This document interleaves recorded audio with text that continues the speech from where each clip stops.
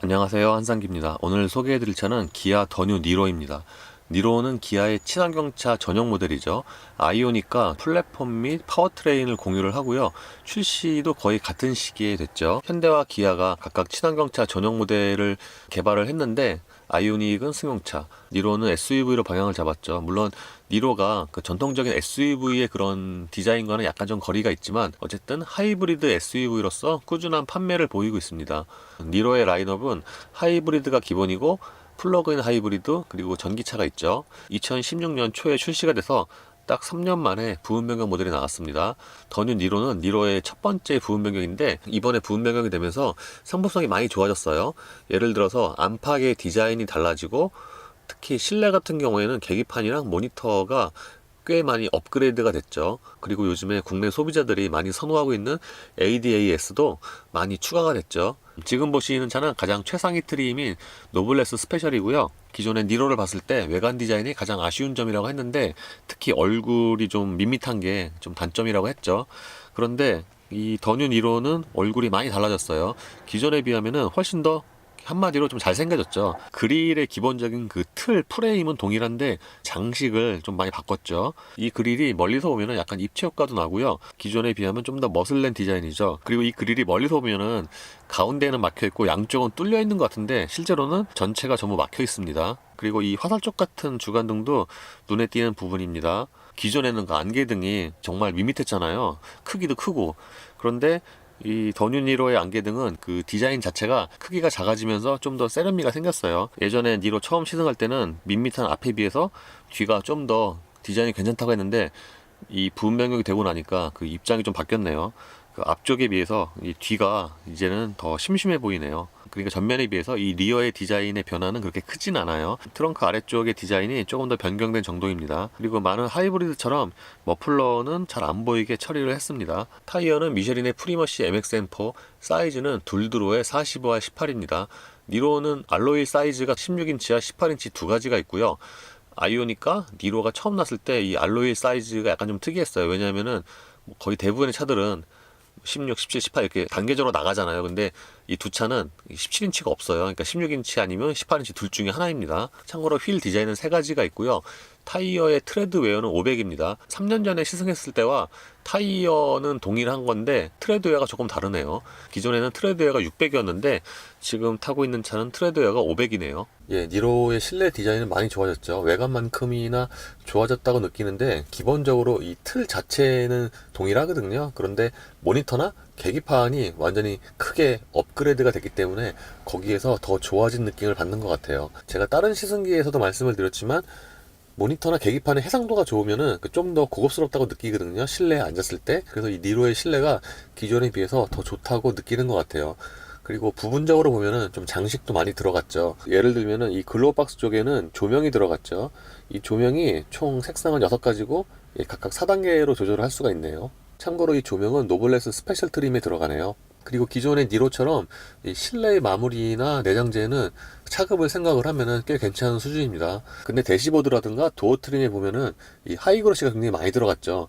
저 하이그로시를 요즘에 많이 쓰는 게 추세이긴 한데 이미 오래전부터 그럼에도 불구하고 저 하이그로시가 들어간 거는 조금 아쉬운 부분이죠. 저게 먼지라든가 지문이 좀 잘 묻죠. 계기판과 함께 실내에서는 모니터가 가장 큰 변화 중 하나인데 이 10.25인치 와이드 타입이 들어갔어요. 기존에 비하면은 확실히 와이드 타입이 훨씬 보기가 좋고 이 와이드 타입의 모니터가 순차적으로 들어가고 있기는 한데 지금 상황에서 보면은 이 상위 모델보다도 모니터가 더 좋은 거죠. 확실히 와이드 타입이 눈에 더 잘 들어오기도 하지만 돌출형을 별로 안 좋아하시는 분들에게는 지금 보시는 이 10.25인치가 더 메리트가 있겠죠. 지금이 홈 화면이고요. 홈 화면에서는 기본적으로 크게 3분할로 표시가 되고 여기서는 이 차가 이제 하이브리드니까 하이브리드 관련 정보가 표시가 되죠. 지금 보시는 것처럼 연비와 에너지 흐름도를 확인을 할 수가 있고요. 이 각 화면에서 이걸 누르면은 이렇게 3분할로 전환이 되죠. 이 차량으로 들어가면은 여기서 공조장치 관련, 그러니까 이런 메뉴도 예전에 비하면은 더 세분화가 됐죠. 근데 지금 보시는 것처럼 이게 터치했을 때 이 반응이 그렇게 빠른 것 같진 않아요. 지금은 사운드 화면이고요. 여기서 안내 음성 같은 경우에도 이게 4가지로 늘었어요. 이 음성으로 안내합니다. 이 음성으로 안내합니다. 이 음성으로 안내합니다. 이 음성으로 안내합니다. 예, 여성 음성 3개는 생각보다 별로 그렇게 차이가 없는 것 같고요. 이 부드러운 남성 음성은 좀 느끼하네요. 그리고 이 홈 화면에서 페이지를 넘기면은 또 추가적인 메뉴가 나오는데, 이거는 방금 말씀드린 그 메뉴고요. 그리고 K9처럼 음성 메모 기능도 있죠. 이 음성 메모 기능이 어떤 사람들한테는 꽤 유용한 기능이 아닌가 싶어요. 지금은 후방 카메라 화면이고요. 이 좌측의 큰 화면에서 스티어링 가이드 연동 기능이 포함이 되는데, 보통 요즘에 상위 모델에 들어가는 그 위에서 내려다보는 그런 버드 뷰는 없죠. 대신에 여기에 그래픽으로 표시가 되고요. 여기 같은 경우에는 이 버튼을 누르면은 이렇게 전방 카메라의 화면이 표시가 됩니다. 그리고 요거는 밝기와 명암 조절이고요.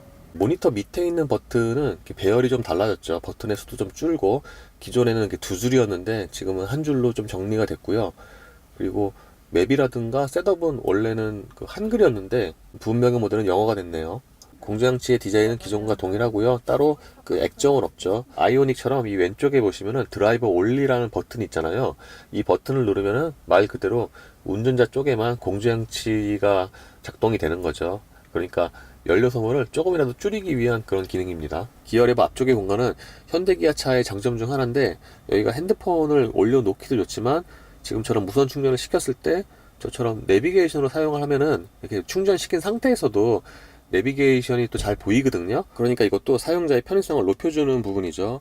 그리고 이 안쪽에는 12V와 USB 단자가 2개가 마련이 됩니다. 요즘 차들은 보통 드라이브 모드가 있고, 따라서 버튼이 다 기어레버 주변에 있잖아요. 어딘가 조금씩 다르긴 하지만, 근데 이 차는 없어요. 왜냐하면 드라이브 모드가 에코와 스포츠 2개가 있는데, 기본이 에코 모드고, 스포츠 모드는 이 D 상태에서 이렇게 옆으로 젖히면은 곧바로 스포츠 모드로 전환이 됩니다. 그래서 따로 드라이브 모드 버튼은 없어요. 참고로 시동을 끄고 휴대폰이 무선 충전기에 있습니다. 문을 열면은 핸드폰이 무선 충전기에 있다는 안내 음성, 또는 썬루프가 열렸을 때도 안내 음성이 나옵니다. 저번에 말씀드렸지만 이쪽으로 오면은 다른 부분에 비해서 이 플라스틱이라든가 요 버튼들의 재질이 좀 갑자기 좀 떨어지죠. 그래서 다른 부분에 비해서 약간 좀 밸런스가 맞지 않나 싶기도 한데, 어쨌든 이 니로는 부분 변경이 되면서 전자식 파킹 브레이크가 들어갔어요. 그래서 오토홀드도 이제 지원이 되고, 정차시까지 되는 그 ACC도 지원이 되고, 그러니까 이런 면에서 보면은 전자식 파킹 브레이크가 들어가면서 꽤 많은 장점이 생겼다고 봐야 되겠죠. 센터 콘솔 박스의 용량은 적당한 편이고요. 보기보다 높이가 있어요. 그래서 지금처럼 500mm를 놓고도 문이 닫히고요. 이 안쪽에는 USB가 하나 더 있습니다. 그러니까 앞쪽에 USB 단자가 3개가 있는 거죠. 운전대는 차 크기에 맞게 적당한 사이즈고요. 이 림을 감싼 가죽은 약간 좀 미끄러운 편이에요. 손에 좀 땀이 났을 때. 그리고 기본적인 디자인은 기존과 동일하고요. 왼쪽에는 음성인식과 오디오, 오른쪽에는 크루즈 컨트롤과 트림 컴퓨터 버튼 등이 모여 있습니다. 지금 타고 있는 차는 패들 시프트도 있는데, 이 패들 시프트가 2가지 기능이 있어요. 그러니까 에코 모드에서는 그 회생제동 레벨, 그리고 스포츠 모드에서는 기어 변속 기능을 합니다. 실내에서 가장 돋보이는 부분이 바로 이 계기판인데, 계기판이 기존에 비하면 정말 좋아졌죠. 기존의 계기판은 지금에 비하면은 지금 약간 좀 촌스럽죠. 근데 지금 보시는 이 니로의 슈퍼비전 클러스터 7인치 계기판은 기아 전체 라인업에서 디자인이 가장 좋은 것 같아요. 이 계기판이 크게 보면 3분할 되어 있는데, 왼쪽은 하이브리드의 작동 상황, 그리고 오른쪽은 연료 게이지와 디지털 속도계가 표시가 되죠. 그리고 가운데 부분이 이 트리 컴퓨터 창인데, 지금 보시는 것처럼 디자인도 예쁘지만 이 작동이나 그래픽이 움직일 때가 굉장히 부드럽죠. 사용자 설정에 들어가면은 스마트 크루즈의 응답성과 주행보조 같은 경우에도 기존에 비하면 많이 늘어났죠. 그러니까 고속도로 곡선 구간 자동 감속 기능도 있고요. 차로 안전은 끄기와 이탈 경고, 이탈 방지 보조 3가지를 선택을 할 수가 있고요. 편의에 들어가면은 승하차 시 시트 이동이 있는데, 이것도 메뉴가 하나 더 늘었네요. 그러니까 짧게 이동과 길게 이동 2가지가 있습니다. 그리고 디자인도 바뀌는데, 지금 D에서, 그러니까 에코 모드에서 젖혀서 스포츠 모드로 바꾸면 이렇게 그래픽이 바뀌는데 꽤 현란하죠. 어쨌든 이 니로 부분 변경은 기존의 니로 오너라면은 계기판만 보고도 차를 바꾸고 싶을 것 같아요. 시트는 성인이 앉기에도 크기가 적당한 편인데, 이 쿠션의 경우에는 제 기준으로는 약간은 좀 짧은 감이 있어요. 그리고 쿠션은 약간 좀 부드러운 편이고요. 참고로 이 더뉴 니로는 플럼 투톤을 선택을 할 수가 있는데, 지금 보시는 게 바로 플럼 투톤이고요. 확실히 검은색보다는 좀 더 보기가 좋은 것 같아요. 유리는 1열만 상하향 모드 원터치가 적용이 됐고요. 도어 포켓의 크기는 적당한 편입니다. 그리고 운전대 옆에는 계기판 밝기 조절과 사각지대 경고장치, 차로 이탈 방지, 그리고 배터리 리셋 버튼이 있는데 저 배터리 리셋 버튼은 초기형에는 없었다가 나중에 추가가 된 거죠. 여기는 그 페달 디자인보다 그 주차 브레이크 페달이 없어지니까 좀 더 깔끔하네요. 사실 기존에는 그 타고 내릴 때 저 주차 브레이크 그 페달이 약간 좀 걸리는 느낌이 있었는데 그게 없으니까 좀 더 깔끔합니다. 2열의 공간은 성인이 앉기에도 괜찮은 편입니다. 제가 앉았을 경우에 무릎과 앞시트 사이에 주먹이 2개가 들어가고도 약간 남아요. 그리고 등받이 각도도 어느 정도는 이렇게 뒤로 뉘어 있는 편이고요. 따로 등받이 각도 조절은 되지 않습니다. 등받이 각도 조절과 무릎 공간까지 포함해서 보면은 바로 이렇게 어저께 탔던 볼보 크로스컨트리 V60보다 2열의 거주성이 조금은 더 좋다고 느껴집니다. 1열처럼 2열 시트도 쿠션이 약간은 좀 부드러운 편이고요. 이 가운데는 그렇게 많이 올라온 편은 아니고요. 이 가운데 쪽의 시트가 확실히 양쪽보다는 당연히 불편하죠. 근데 다른 차들에 비하면은 이 가운데 쪽에 이 시트의 쿠션이 좀 탱탱하게 있는 편이고요. 2열 승객을 위해서 여기 220이 마련이 되고요. 1열 시트는 가장 낮게 해도 보시는 것처럼 신발이 이렇게 넉넉하게 들어가요. 2열 승객을 위해서 열선 2단계가 마련이 되고요. 지금 다시 한번 앉아보니까 확실히 1열에 비해서는 이 쿠션의 길이가 좀 짧은 감이 있어요. 암레스트를 내리면 여기에 컵홀더 2개가 마련이 되고요. 지금 보시면 육안으로 보기에도 여기에 적용된 이 가죽이 약간 좀 이렇게 울퉁불퉁하죠. 그러니까 울은 것 같이요. 참고로 2열의 도어 포켓은 딱 병 하나만 들어갈 수 있는 크기입니다. 트렁크는 전동식은 아닌데 문을 열 때 저 고무 버튼을 누르고 살짝 들어 올리면 이렇게 전동식으로 위까지 활짝 열립니다. 닫을 때는 당연히 수동이고요. 트렁크의 기본 용량은 420리터가 조금 넘고요. 그러니까 차 크기를 생각을 하면은 기본 트렁크 용량이 그렇게 나쁘진 않죠. 거기다가 커버를 드러내면은 추가적으로 또 수납 공간이 나오고요. 그리고 2열 시트까지 모두 접으면은 이 정도의 큰 공간이 생기고요. 트렁크부터 2열 시트까지 완전히 풀플랫은 아니죠. 예, 지금은 히터는 전부 끈 상태이고요. 이게 내연기관으로 치면은 공회전 상태죠. EV 모드로 레디 상태인데 이때는 그 엔진이 작동을 안 하니까 당연히 굉장히 조용하죠. 이 대기 상태에서의 소음은 사실상 없다고 해도 과언이 아니죠. 물론 아주 가늘게 들리는 고주파음이 있긴 한데 그건 이제 신경 쓸 정도는 아니고요. 어쨌든 EV 모드 상태에서는 굉장히 조용한 편인데 지금처럼 엔진이 시동이 되면은 생각만큼 그렇게 또 조용하진 않아요. 보통 하이브리드 하면은 굉장히 공회전 때 정숙하다라는 인식이 있는데 사실은 좀 아닌 경우가 좀 꽤 있거든요. 꼭 니로뿐만 아니라 지금 공회전 상태에서는 엔진 소리가 좀 꽤 잘 들리는 편이에요. 가솔린 엔진 치고는. 그리고 이 차가 지금 주행거리가 200km가 채 안 되고 제가 처음 받았을 때가 13km였거든요. 그러니까 완전 새 차죠. 근데 그런데도 이 공회전 때 지금 이제 엔진이 시동이 되잖아요. 이럴 때는 이 운전대로 좀 진동이 좀 가늘게 있어요. 시트로는 진동이 없는데 이 운전대로는 가늘게 좀 진동이 있습니다. 하이브리드는 조용하니까 이 저속에서 움직일 때 보행자들이 모를 수 있잖아요. 그래서 지금처럼 이제 후진 기어를 누르면 이렇게 띵띵 하고 경고음이 울립니다. 보행자들이 알 수 있게. 저속에서 움직일 때는 그 니로 EV처럼 약간 뭐라 그러죠? 지하철 소리가 나긴 하는데 그거만큼 그렇게 크진 않아요. 지금은 D 모드 상태에서도 이게 한동안 유지가 되잖아요. 이게 여기 기능이 있거든요. 제가 그걸 체크를 해놔서 지금도 D 모드에서 출발을 하는데도 이게 화면이 후방 화면이 나오는 거죠. 일정 속도가 지나면 다시 돌아오고요. 지금은 엔진이 들어온 상태고 회전수는 대략 2000rpm 이하인데 이때도 그 엔진이 돌아가는 소리가 좀 들리긴 합니다. 사실 하이브리드의 정숙성 역시도 방음을 얼마나 했느냐에 따라서 달라지는데 니로 EV가 전체적으로 방음이 괜찮긴 하지만 그 저속에서 움직일 때 이제 엔진이 돌아갈 때의 그 소리는 좀 귀에 들리는 편이에요. 그리고 보통 하이브리드가 엔진이 들어오면은 EV 모드가 꺼지잖아요. 근데 이 차는 EV 모드가 그 불이 좀 나중에 꺼져요. 엔진이 시동되고도.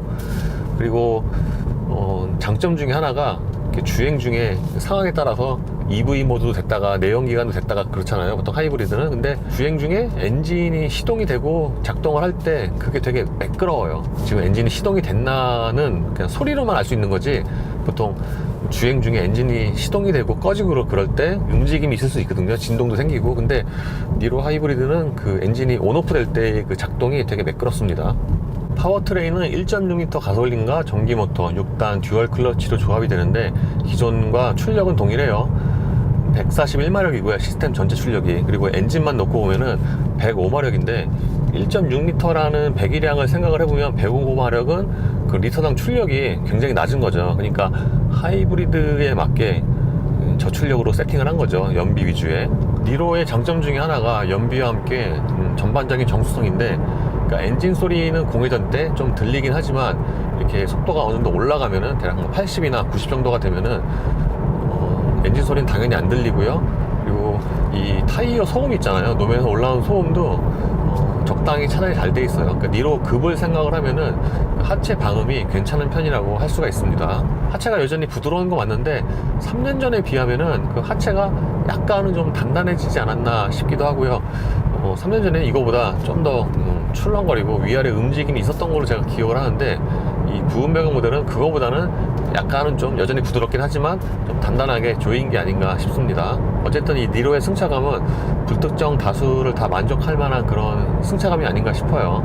그러니까 충격을 받아도 굉장히 흡수를 잘해요. 3년 전에 니로 처음 탔을 때 그 반전이 하나 있었는데, 이 차가 하이브리드 또는 SUV 또는 부드러운 승차감, 그거에 비해서 코너를 돌 때 아주 뭐 빠른 속도는 아니지만 되게 재밌게 탈 수 있다는 거였는데, 그게 약간 좀 반전이었죠. 이 니로 부분변경 역시도 그때 탔던 그 감각과 뭐 거의 동일해요. 그러니까 코너를, 이 차가 뭐 되게 빠른 건 아니에요. 코너의 스피드가. 근데 되게 재밌게 탈 수 있어요. 코너 진입을 하잖아요. 그러면 슬립을 어느 정도 허용을 하면서도 적절하게 좀 제어도 잘 되고, 그래서 저는 코너에서 이 차가 되게 재밌는 차라고 그때 말씀을 드렸는데 지금도 마찬가지죠.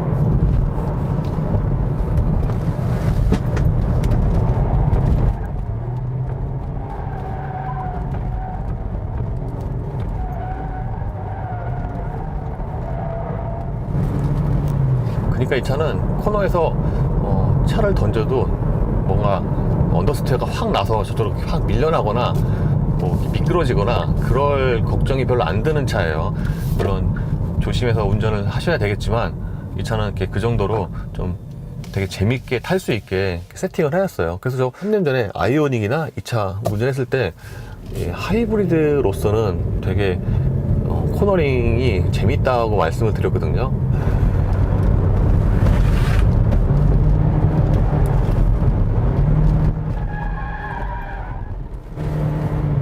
그러니까 저는 코너를 빨리 진입을 하면은 언더스티어가 나긴 하죠. 근데 그 나는 정도가 그렇게 크지 않고, 언더스티어가 날 때 운전대를 꺾으면 또 돌아가요. 그러니까 이런 면에서 보면은 차가 회전할 때 좀 스포티하다고 느끼죠. 보통은 언더스티어가 나와서 꺾으면은 엔진 출력을 좀 이렇게 많이 줄이는 게 일반적인데, 이 차는 줄이긴 줄이지만 그 줄이는 것과 함께 어느 정도 구동력을 살려가면서 돌아나갈 수 있게 그렇게 세팅을 한 거니까, 아마 대부분의 운전자는 코너 좀 빨리 돌면 이 차로 좀 재밌다고 느낄 수 있어요. 그러니까 부드러운 그 평상시의 감각과는 달리 막상 코너에 들어가면은 꽤 스포티하게 돌아나갑니다. 기존 니로의 단점 중에 하나가 밋밋한 얼굴과 그리고 되게 밋밋한 가속력이었는데, 이 부분 변경이 되면서 그 가속력이 좀 빨라졌어요. 3년 전에 찍었던 가속 동영상을 비교를 해보니까 정지에서 180km까지의 가속력이 차이가 굉장히 많이 나요. 정지에서 180까지 끊으면은 가속력의 차이가 한 10초 이상 나고, 그리고 세밀하게 보면은 정지에서 150km까지의 가속력은 한 1초 정도밖에 안 빨라요. 이 부분 변경 모델이. 사실 파워트레인은 동일하잖아요. 엔진이나 변속기는. 근데 가속력이 좋아진 걸 보면은 다른 부분에서 좀 업그레이드가 있지 않았나 싶습니다. 니로는 부분 변경이 되면서 ADAS가 많이 업그레이드가 됐잖아요. 그 다른 지금 현대기아차에 쓰이는 것처럼 저 카메라가 다가오면은 그 크루즈 컨트롤 이상 속도로 맞췄을 때 자동으로 떨어뜨리는데, 이게 보니까 대략 한 500m 전부터 속도를 조금씩 낮추는 것 같아요. 지금도 이 기능이 활성화가 되니까 저 크루즈 컨트롤 저희 오토에 파란불이 들어왔죠. 저 파란불이 들어오면은 여기가 지금 90km 도로인데 이 속도를 89km로 낮추고 통과를 하죠. 그리고 통과한 다음에는 다시 원래 제가 맞춘 속도인 92km로 복귀를 하고요. 이게 차선 유지만큼 저는 이게 되게 편한 것 같아요. 왜 운전을 하다 보면은 제한 속도보다 한 뭐 3-4km 정도는 높게 세팅을 하고 가도 되잖아요. 근데 이게 자동으로 그렇게 줄여주니까 굉장히 편하죠. 대부분의 하이브리드가 그렇긴 하지만 주행 중에도 아주 가늘게 들리는, 희미하게 들리는 그런 고주파음이 있는데, 니로 같은 경우에는 브레이크 페달을 밟잖아요. 이렇게 살짝 밟을 때 그 회생 제동 때문에 그 고주파음이 조금 더 크게 들립니다. 그러니까 요 같은 경우에는 그 민감하신 분들은 좀 신경이 쓰일 수 있죠. 니로의 고속 안정성은 충분히 좋은 편이고, 차 크게 생각을 하면은 급 이상으로 고속 안정성이 좋다고 이렇게 말씀을 드릴 수 있을 것 같아요. 그러니까 고속으로 주행을 할 때 상하로 움직임은 좀 있는 편이지만 그렇다고 차의 거동이 불안해지거나 그렇진 않거든요. 그래서 고속으로 주행할 때 이 차의 거동을 보면 안정적이라서 출력이 더 세도 괜찮을 것 같긴 해요. 그리고 이거는 개선된 것 같은데, 스포츠 모드로 바꿨을 때 기존의 니로는 그 당시에 그 다른 그 현대기아 차들처럼 스포츠 모드에서 운전대 돌릴 때의 그 감각이 별로 안 좋았거든요. 그러니까 스포츠 모드로 바꿔도 이 스티어링 감각이 이렇게 어색하거나 그런 느낌은 없습니다. 이건 이제 기존에 비해서 개선됐다고 봐야겠죠. 아까 말씀드린 것처럼 회생제동은 에코 모드에서 패들 시프트로 조절을 하는데, 왼쪽에 패들 시프트를 조절을 하면은 1, 2, 3까지 조절이 되는데, 가장 높은 게 3단계예요. 3단계로 올리면은 지금 영상에 잘 안 나오겠지만 이 가속 페달을 밟았다가 딱 떼잖아요. 그럴 때 그러니까 내연기관으로 치면은 엔진 브레이크가 강하게 걸리죠.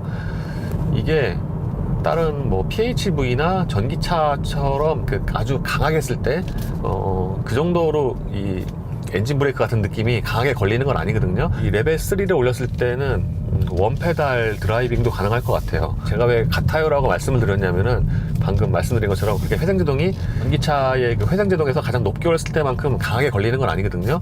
그래서 이거 같은 경우는 좀 조절을 잘 해야 되죠. 만약에 제가 저기에 멈추고 싶으면은 이거 좀 연습을 해야 되지 않을까. 이거 안 멈추죠. 그러니까 이건 좀 연습을 좀 익숙해져야 돼요.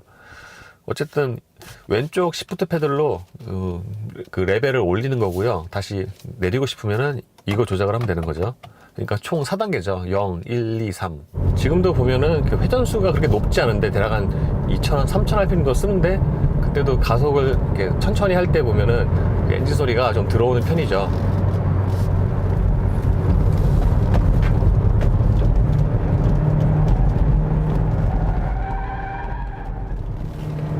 회전 성능은 뭐 3년 전이랑 소감이 비슷하네요. 이 차가 보기와는 다르게 회전할 때 스포티하게 돌고 언더스티어 잘 안 나고, 그리고 전장비가 적절하게 개입을 했다 빠지고요. 이 계기판은 스포츠 모드로 전환할 때 그 전환되는 그 그래픽이 좀 화려하잖아요. 근데 전환되고 나서도 이 숫자 그 눈금 올라가는 거 보면은 회전수를 사용을 할 때 딱 그때만 그 숫자가 표시가 돼요. 그러니까 지금 대략 제가 2000rpm으로 쓰고 있는데 딱 2만 나오죠.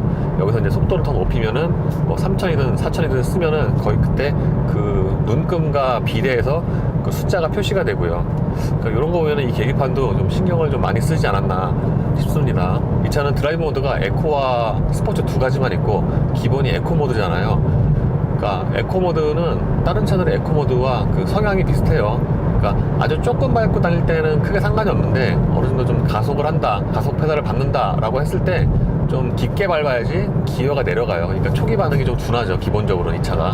그런데 스포츠 모드로 바꾸면은 뭐 다른 차들처럼 가속 페달의 초기 반응이 좀 빠릿빠릿해지죠. 그러니까 에코 모드에 비해서는 좀 차이가 좀 많이 나죠. 변속기는 전반적으로 무난한데 간헐적으로는 좀 튀어요. 특히 언제 그러냐면은 고회전 사용할 때 그때 약간씩 간헐적으로 튀긴 합니다. 제가 이 차를 운전을 많이 한 게 아니라서 이게 얼마나 그 차선 유지가 되는지는 잘 모르겠는데, 어제 같은 경우에는 그 강변북로에서도 한 30초 정도 갔던 것 같아요. 근데 이거 확실치가 않아요. 그리고 차선 유지 기능은, 그러니까 중앙으로 가는 기능은 거의 뭐 K9과 비슷하지 않나 싶어요. 왜냐면은 지금처럼 이렇게 굴곡이 크지 않은 도로에서는 잘 지키기도 하지만, 강변북로 잠실에서 일산 쪽으로 올 때 그 마포대교 지날 때 거기가 좀 각이 좀 있잖아요.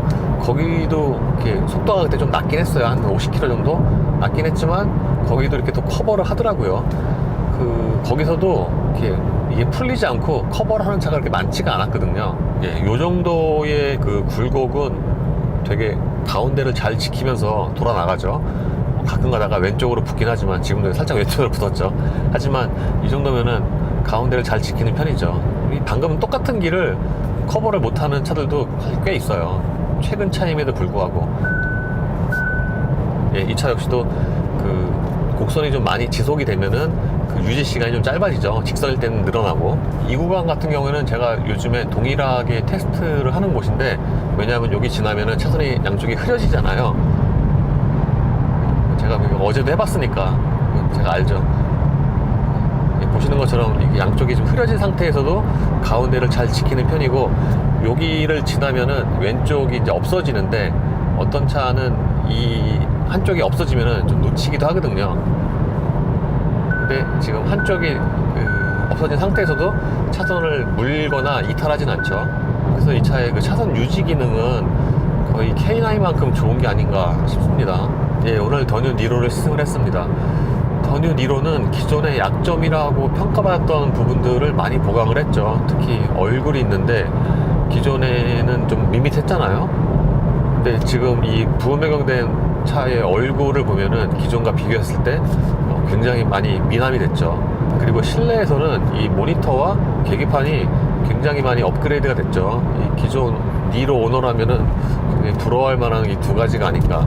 그래서 안팎의 디자인과 편의 장비, 요즘에 국내 소비자들이 많이 선호하는 그 ADAS도 거의 최신의 시스템이 들어갔으니까 상품 구성에서 보면은 당연히 기존보다는 좀 많이 팔려야 되는 그런 패키징이죠. 사실 니로는 기존 모델도 그 상품성에 비해서 좀 저는 판매가 좀 안 된다고 생각을 했거든요. 근데 이 니로 부분 변경은 그 약점이었던 부분들을 보강을 하고 전체적인 상품성이 더 좋아졌기 때문에 기존에 비하면은 더 많이 팔릴 수 있는 상품성이죠. 단점으로는 일단 좀 새 차 냄새가 있는데, 이 차가 뭐 제가 받았을 때 워낙 새 차였긴 하지만 그걸 감안을 해도 대부분의 기아차에게 해당이 되는 거긴 하지만 좀 새 차 냄새 강하게 났죠. 화학 냄새가. 그래서 어제 같은 경우에는 약간 좀 눈도 따갑고 머리도 좀 아팠어요. 그리고 제가 지금 이 구간에서 확인을 해보니까 계속 시속 90으로 정속 주행을 하고 있는데 EV 모드로 꽤 오랫동안 유지가 되네요. 지금은 이제 엔진이 들어왔고요. 이렇게 감속을 할 때는 제가 뭐 따로 뭐 브레이크 페달을 조작을 하지 않아도 이렇게 고주파음이 약간씩 들려요. 어쨌든 이로는 이번에 부분 변경이 되면서 그 상품성이 많이 좋아졌네요. 예, 이로써 기아 더뉴 니로의 시승을 마치겠습니다. 감사합니다. 다음 시승은요, 신형 소나타 DNA시 있고요, 닛산 신형 리프, 그리고 혼다 CRV 터보, 그 혼다 센싱 들어간 거, 그리고 랜드로버 벨라가 있습니다.